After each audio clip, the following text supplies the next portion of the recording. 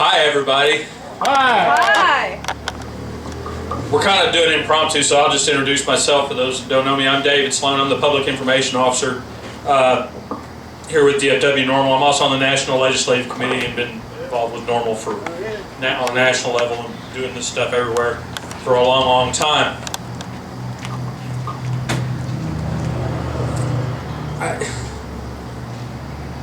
For the last 6 months, you know, things have been pretty interesting, I guess, to say the least, for me. I'm, of course, y'all know, or most of you know, I'm a criminal defense lawyer, and I do mostly cannabis and extract cases all over North Texas. This story I just heard for the first time is I get probably 30 letters a week like that. And, you know, and when we presented all these bills, nobody got left behind the door, I promise you that, you know, but everybody, there was so much focus was on medical, and I've been going, what about liberty? What about, God, you know, I'm seeing people locked in boxes that are suffering too. Yep. You know, a lot more than medical, really. I mean, I don't want to prioritize anybody, but there's people suffering out here behind this bullshit. Yeah. Yep.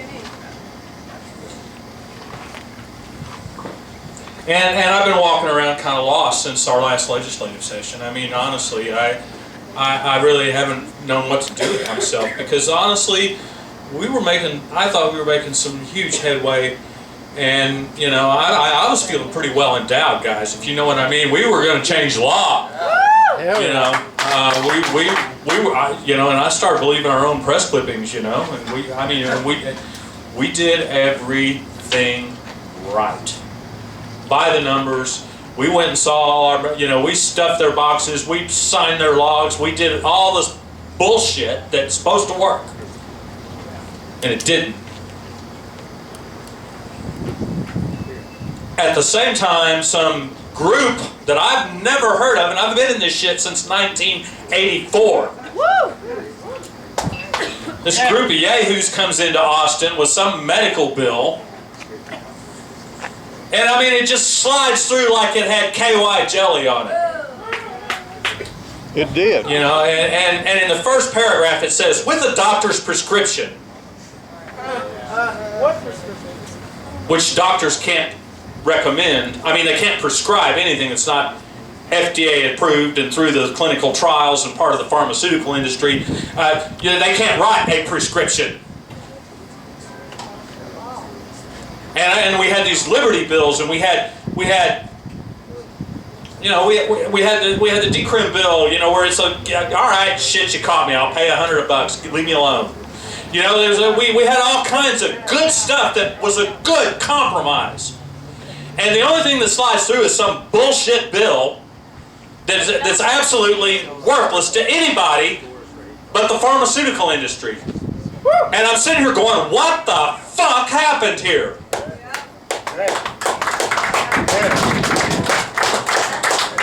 Okay, look, I was feeling a little big for my britches, no doubt. I've always felt big for my britches. But I mean, I was really feeling big for my britches. And we all were.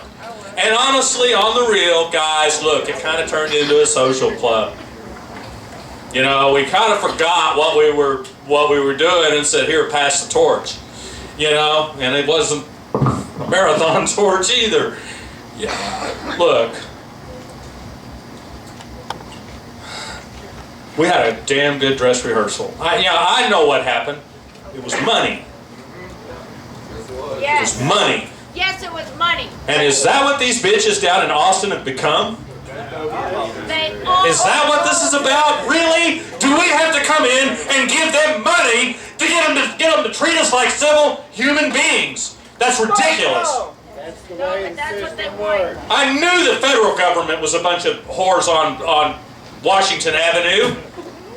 But what the hell's going on in Texas? More whores. And don't say we didn't try. Bullshit, we tried. And not only did we try, we did. We were there. They heard from us. They had good evidence in their hands. Each and every one of them, we made sure of it. And what did these yahoos, somebody or others that I've never heard of, do? I guess they wrote some checks. Money we don't have.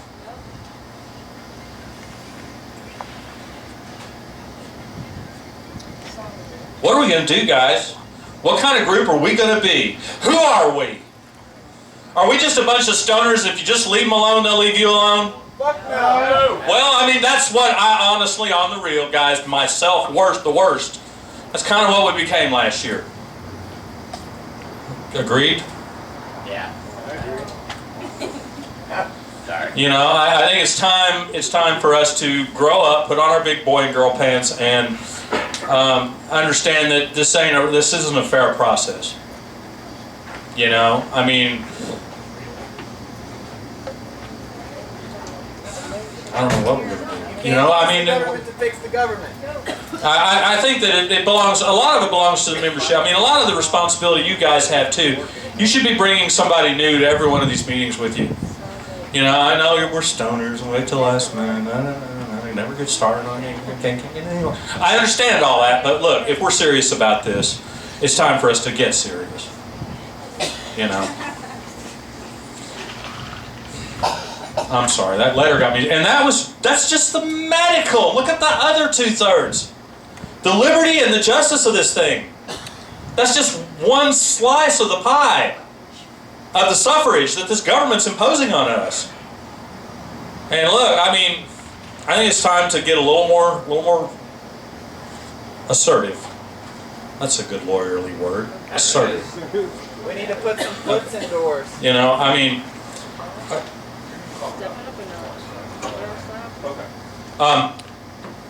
and this is, the letter got me started, I'm sorry, but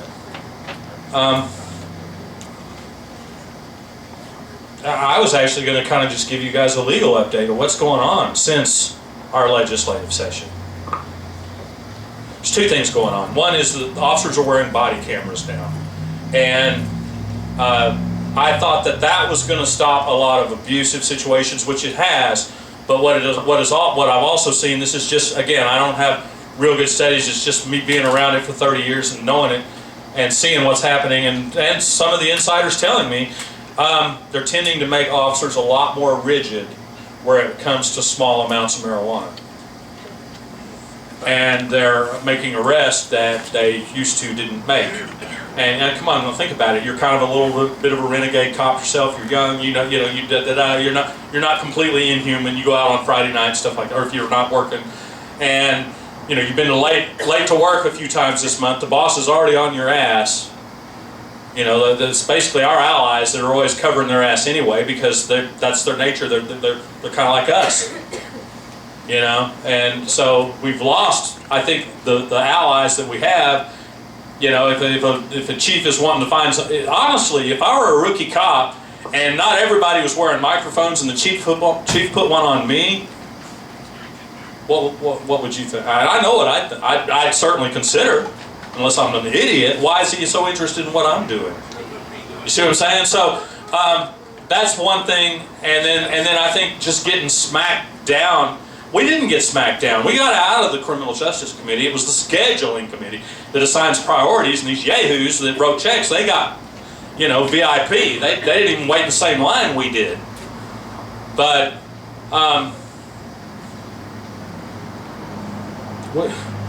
we got to get busy. I wanted to give you some updates. What's happening is since the legislative session closed and any hope of any kind of marijuana reform in Texas came to being, I'm seeing probably, and it's quite alarming to me, about a 40% increase in marijuana arrest. It's empowered them, and they're like, yeah, take that, fuckers. And again, this 40%, I think a lot of it is being attributed to body cams. The Obama administration, and I mean, they've just awarded an $800 bazillion grant for put one on every cop, and it's just more Big Brother. I mean, I don't know. Anyway, and I don't have any better news. A couple updates on some things in the law. Right now, particularly the Highway Patrol, but it is spread out. Homeland Security has developed some training program for cops, and they're bringing in all the trainers of cops who are training the cops who are training the cops who are training the cops, and they're basically turning them into junkyard dogs out here on the roadway. And they're pulling people over, they're sticking their finger up your ass, There, you know, I mean, name it. There's, you know, this is a mindset that's being taught right now, and I need to bring everybody in home on this thing. You need to know what your rights are when those patriotic colors come on behind you. You need to know how the game is played. Because here's the, I can't go, you know, and I get Facebook especially. Is this true? You know, some guy holding placards up against the, you know, window. You know, I want a lawyer. I want, you know, is this what you should do? Well, no, not because you don't know. They could have a description. Your car was just involved in an armed robbery. You know, try that shit. I can't answer that. So it's just better to tell you how the game is played and what you should be. You need your script. Okay, you need to know what you, and this, look, this is not some lecture on how to smuggle drugs down 287 from Colorado. That's not what this is. What this is to keep you from having your constitutional rights sodomized out there on the side of 287. Okay? I can't stand up here and tell you how to break the law, and that's not what I'm doing. When you see those patriotic colors behind you, and it's time to pull over, you need to remember, rule number 1 is he or she has the right to stop and detain you long enough as is necessary to take care of the business at hand. If he has stopped you for speeding, he's got all the time in the world well, no, not all. He's got a reasonable amount of time to write you a ticket, run all the necessary checks. And now, if you guys got warrants and shit, don't even come on. You make it easy for them when you start doing so, you know. When you replace one taillight, you replace both of them. Got it? You know. So, but look, they're pulling, especially the highway patrol. They are the absolute worst. They're stopping you. There's no reason at all, and now they're making up all these reasons to detain you. You know, you're nervous. I see your jugular vein. Bullshit. Has anybody ever seen somebody's jugular vein pulsating because they were nervous? Or your tongue's green. Oh, green tongues. Even a Bible on the dashboard. He was trying to make me think he was a man of the cloth. Or a back to blue. Yeah, look, all right, but anyway, the more time they spend with you, the more bullshit they got to make up. Okay, and remember, they're videotaping this encounter, and this can apply to any cop situation, but the highway patrol especially. Okay. You know, sir, step out of the car, please. You know, why don't you have a seat in my car while I do? You know, what he's asking you to do is sit down for an on-camera interview. There's cameras hidden in that car pointed at you and microphones. All right. Well, no, you ain't got to get in his car. Okay, what you got to do is say, officer, when they start taking you down some rabbit trail, where are you coming from? I don't know who you got in the car there with you. What you been doing? I don't know. How did you get... Officer, I thought you stopped me for speeding. Answer the question with a question. This is not Simon Says here, folks. I thought you stopped me for speeding. Well, yeah, but I'm just wondering, well, are you going to write me a ticket? Push that ticket. It's a hell of a lot cheaper than what he's wanting for you. Okay? I'd like to be on my way. You know, and if he's got you out of, you know, he's asked you to step out, he can do that for his own safety, step out of the car, you know. You need to, somewhere in the conversation, come on, this is a chance for your Oscar here, to say, I'm not nervous. What, can I go? What is this all about? You know, if you're going to write me a ticket, write me a ticket. You're welcome to check me. You've got my ID. Why are you messing with the passengers? And passengers, y'all need to just refer them back to driver. You're a stranger to this whole thing, legally. You're here. Legally. You know, you ain't going to help your friend, you're going to fuck him because he's already told a story back there in that on-camera interview. You know, now Roby the robot's getting one from you. You know? We have a right, the police have the right to stop us. They have the right to detain us. They have the right to stop us, and if they see an infraction, they can write a ticket, do their checks, if everything's cool, They need to either be letting you go or they need to be explaining why they're holding you. And they will not say shit unless you ask them. What is the problem, officer? And again, why are you... You're what? A dog? Search my car? Excuse me? Can I search your car? Know that you do still have that Fourth Amendment right, but you've got to exercise it. You've got a Fifth Amendment right and First Amendment right. You got the ability to move and say and do what you want. But again, remember, what they're saying to hold you, to make what they did legal, is they're saying you were nervous. I could very well say, officer, I'm not nervous, but I'm getting annoyed. Why are you still holding me here? Am I being detained? You know, be the timekeeper on them and don't discuss any irrelevant bullshit. Where you're going, what's it? That ain't none of it. Search my car? What? The only thing I would have in there that you don't have a copy of, obviously, is the Fourth Amendment. You know, you don't have to be a jerk, but be very, very abrupt about you knowing who you are, and don't try to Perry Mason them. Don't start talking the law. I'm talking too long, aren't I? Y'all are all fanning like something else. I know. All right, you want me to keep talking? Okay, all right. All right. No, you talk. No, they said I could keep talking. All right, look. Developments in the law. I've come to know a lot of people that are interested in cannabis, that are particularly interested in concentrates and extracts. And right now in Texas, what they're doing is saying marijuana is not a scheduled narcotics, but THC is. If you got marijuana, we'll charge you with usually a misdemeanor. If you got THC, we don't give a shit. It's felony time, buddy. And it varies. It goes on up. And nobody has tested, and I'm starting to, at what point in the extraction process does cannabis cease to be cannabis and become THC? It's like being pregnant. It's all or nothing. Okay, and I've got a case right now in Brown County. My client's kind of squishy. Just doesn't really want to spend a lot of money fighting, but it's a cookies case. And this is where the marijuana brownies case came from and all that stuff. Brownwood. In this particular case, he ground up marijuana and he folded it into batter. Yeah, cookie batter. And I'm telling the DA, bullshit, you got marijuana. And he's like, no, I got THC, you know. And anyway, so he said, well, I'll have the lab check into it. And then he comes back and he says, the lab looked and didn't see any vegetable matter, therefore it's THC.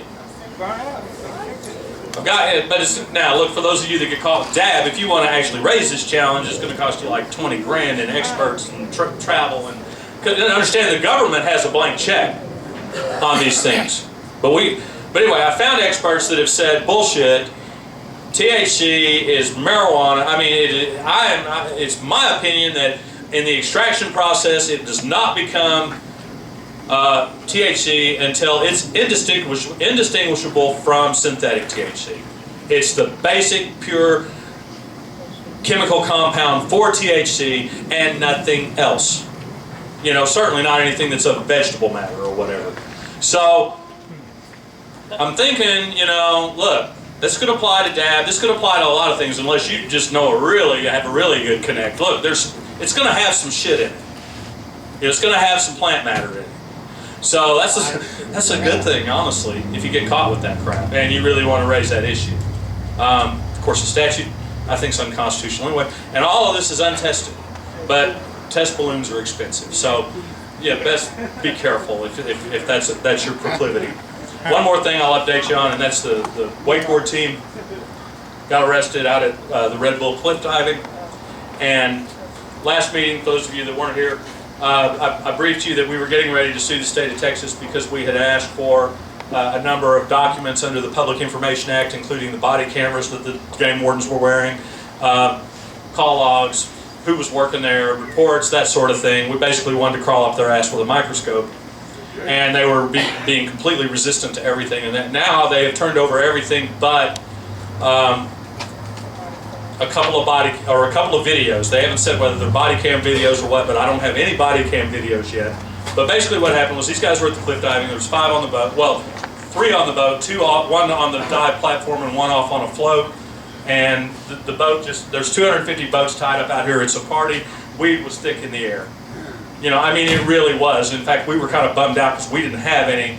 And one of the boys had taken the jet ski to get it, and I was being a bitch because he came back and you know, and I was mad because he stayed gone so long on the jet ski, and I'm gonna go gas it, make it being dramatic how I can be sometimes. And I took off on the jet ski, and when I came back, all my boys were hooked up and they had the boat. And in these records, I found that they were joking before they pounced on us about seizing the boat. The day before, they had arrested a drug dealer that had all of maybe 12 grams in 1 gram bags, and they were apologizing to their superiors that they weren't able to seize this boat because the people were on a rented boat. And in the text messages and stuff I found, they were joking about seizing our boat, Hydro. And I think they were fully convinced that that we had pounds on it. We were out there to peddle dope and all that stuff. And they raided the boat and found a whopping 3 grams and took all 5 of the guys to jail. I drove up while this was going on the jet ski, and the one that wasn't even on the float, they told him to come to the boat, and then the one they told the guy that was on the dive platform to get in the boat, and then they arrested all 5 of them. And the kid that they caught, he was rolling a blunt, honestly, on a box in his lap when they stormed the boat, and they said, "Give me that," and you know, he's like, so I mean, they knew whose weed it was, you know, and the guy was taking full responsibility, but they took all 5. These guys were taken down, they were strip searched, they spread your butt cheeks, all this other stuff. Come on guys, look, they were in a bathing suit. They were swimming. You know, how many of you swim with grass up the crack of your ass? You know, I mean, come on.